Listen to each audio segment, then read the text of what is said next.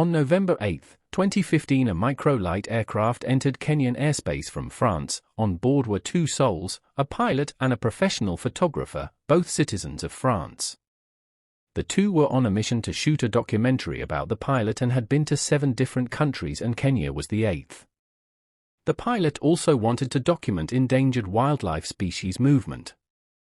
For the next 4 months they stayed at Nairobi County. They then decided to fly to Shampole Conservancy in Magadi, Kajiado County, and stayed there for 4 days, and later on relocated to Sayo Conservancy in Samburu County on the 11th of March, 2016, and stayed there till the 13th of March. They had scheduled an early morning flight back to Wilson Airport in Nairobi County on the 14th of March. At 0730 hours they took off from Cairo Airstrip runway 09 with a left turn. During execution of the turn, the aircraft suddenly came down and crashed 100 meters from the end of the airstrip. So what really happened to this flight? Welcome to Aeronation.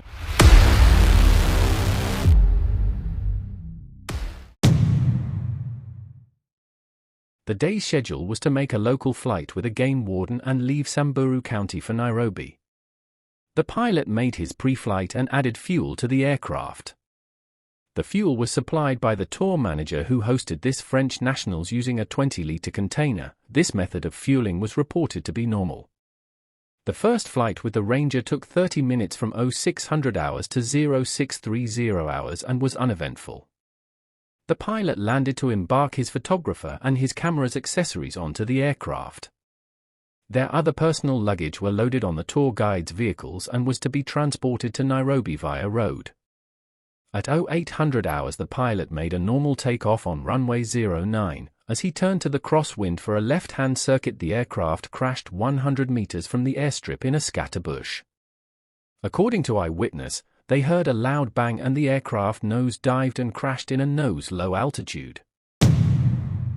The aircraft was a Sky Ranger Ninja 912S, a 2-seater aircraft, registration FJSCZ. It's a high-wing monoplane used for recreational trips and aerial photography, was manufactured by Best of France in 2009.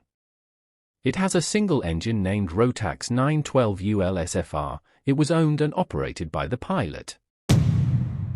The pilot, a 56-year-old male of French origin, held a light sport license and a private pilot license, had a total of 3,107 flight hours. The investigating body said his last 7 days could not be accounted for, meaning he was not logging his hours as it's required by the law, and even after landing 4 days ago at Cairo Airstrip prior the accident he still didn't log in his hours. His last 30 days and 90 days hours could not be accounted for as well, and no information was given about the photographer. The day was sunny and clear with visibility over 10 kilometers, wind was calm and probably there was a higher density altitude because it was hot and dry, so the weather didn't play a role on this accident. Cairo Airstrip is located in Samburu County. It's unpaved and only has one runway, which is runway 09 extending to 27. The runway is 700 meters long. For a Ninja to take off it only requires 322 meters for takeoff run. The first 600 meters of runway 09 is an upward gradient, meaning takeoff distance is increased, and the last 100 is downslope. It's unmanned airstrip with no nav aids and also no air traffic controller. The aircraft was destroyed on impact with only one impact mark. The aircraft plummeted into the air and made a 180-degree turn before settling on the ground facing the direction it had came from. The prop remained intact with no signs of twisted cord and there was no after-crash fire. The 2 souls were fatally injured on impact and lost their lives by the time the first rescue person arrived. They had their safety belts strapped to their bodies, each still on their seat. According to the examinations, they died as a result of force trauma associated with the aircraft impacting the ground with a lot of force.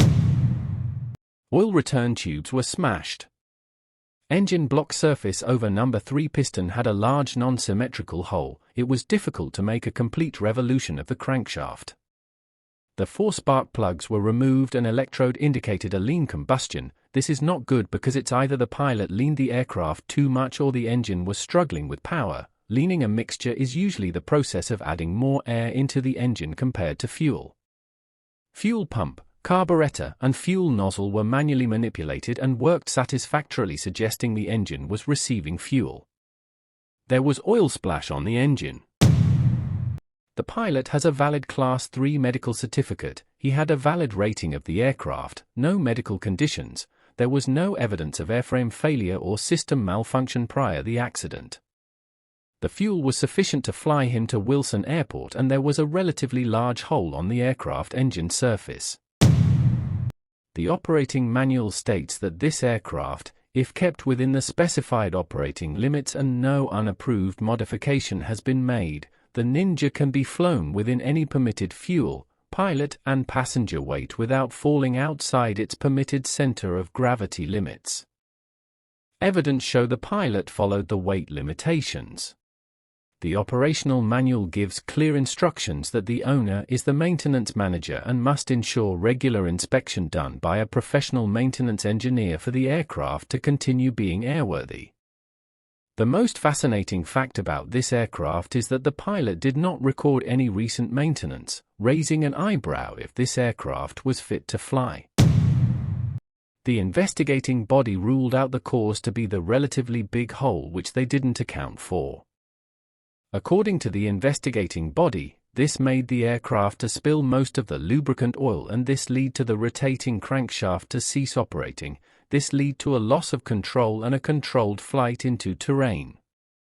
According to me, it's either the aircraft was supplied with contaminated fuel or low-octane fuel which lead to the engine knocking and creating a large hole, or the lack of proper maintenance and inspection of the engine making heat to build up and cause an excessive compression, hence exploding and creating the hole on the engine. One thing is certain for sure, this hole which was created made the lubricant oil to spill, affecting the operation of the crankshaft, hence leading to failed controls and an engine failure. For an accident to occur, a series of mistakes must be made by the pilots and also maintenance crew. Aircrafts just don't fall from the sky, you know.